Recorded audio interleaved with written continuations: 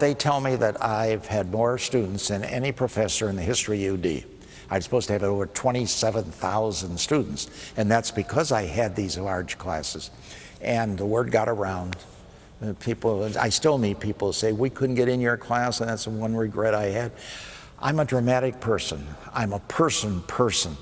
And some way or other, I would have to work hard when you got 112 out there to carry on a discussion and have everybody be a part of it. Some people have that ability and some don't. What is teaching? What is teaching? All right, now this is, if you say, well, teaching is, I got all the knowledge and I've got it in this book. You sit back there and I will tell you what I've got and what's in the book, and that's teaching. Well, okay, but for them it is. That's how they see it, and that's the best thing. That's for me. Teaching for me is to go where the students are, as much as possible, each individual student there, and then join them, become one of them, and go up with them. That with me, and there along the way, we can rise to some better knowledge, better understanding, better appreciation. To me, that's teaching. And so how do you get students engaged to become a part of you where you are to rise? I think there's something dramatic about teaching. For me, there is at least. And there's something personal that I'm here.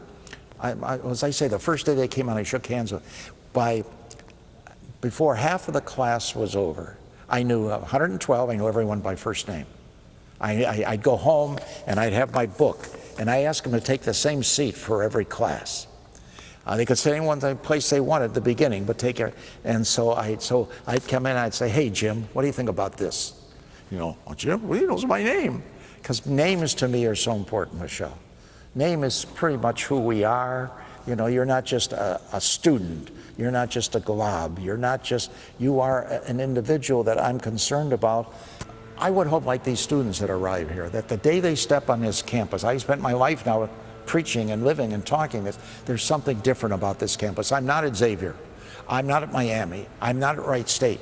What is it that's different? And you begin to ask questions. You say, hey, there is, whatever word you care to use, community, family, togetherness, relationship, oneness, love, whatever there's something, because that's what we've emphasized, that you somehow or other would say, that's what attracts me to spending my life here. I want to be here, and I want to do my part now to see what I can to help spread this and have it grow. My philosophy as a teacher is Chaminade's vision of sodality, Chaminade's vision of community. That group that I come to, that will be with me for 4 months, this is a family. When they came in the first day, I stood at the door and I greeted each one as they would come in. I would shake hands with them. The last day they left, for those who let me, I'd give them a hug. Teachers usually don't maybe do these kinds of things, but we spent 4 months together. And then I taught my whole class like this. I would stand, I took the collar off, put it in my pockets. I was a little more informal, and it was all very much, I throw out an idea, give a few thoughts, and okay, let's go after it. Where are you on this? How do you see it? What are your convictions? What problems do you have? And I had big classes. The last class I had 2 years ago when I retired, I had 112 in there. It was in the Chud Auditorium. That's an interesting talk about changing. Let me just talk about this for a moment. When I first came here, my first place teaching was in front of the Humanities building, that green grass. There was a shack there, a big World War II shack. Had 2 classrooms in the back, and then a couple offices up front. I had my office up front, but I was teaching in the back of the shack. Started there. Then I went all around. Where the women's, where the art school is now, that was the gymnasium. That was the women. And up above was a big chemistry lab with a hall. I taught up there. I've taught at O'Reilly. I've taught every place on this campus. But my last 30 years, I ended up teaching in Sherman. I had what was a biology, was it chemistry? No, it wasn't chemistry, it was biology primarily. Big rooms, and so they always, because the students flocked in. 35, and they did close the first hour, and you got all these people begging, and I kept saying, go ahead, bring them in, bring them in. So I never probably had a class under 65 or 70, and at many of my classes, I say my last class was all graduating seniors 112 of them. So my experience on this campus teaching, as far as locale go and the things that have gone on, have been a big part of me.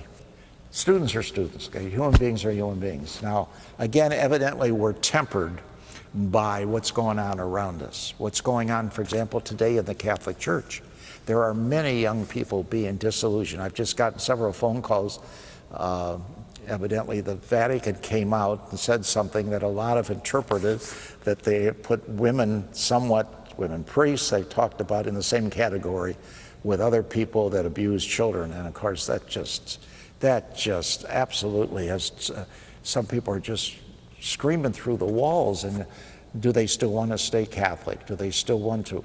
And as far as the church goes, trying today, the young people that I met back when I first came here in the late 50s, early 60s, were much more traditionally religious people. They grew up with it, it was part of them. You just didn't ask too many questions very much, and today that's not the case anymore at all. Young people are asking all kinds of questions.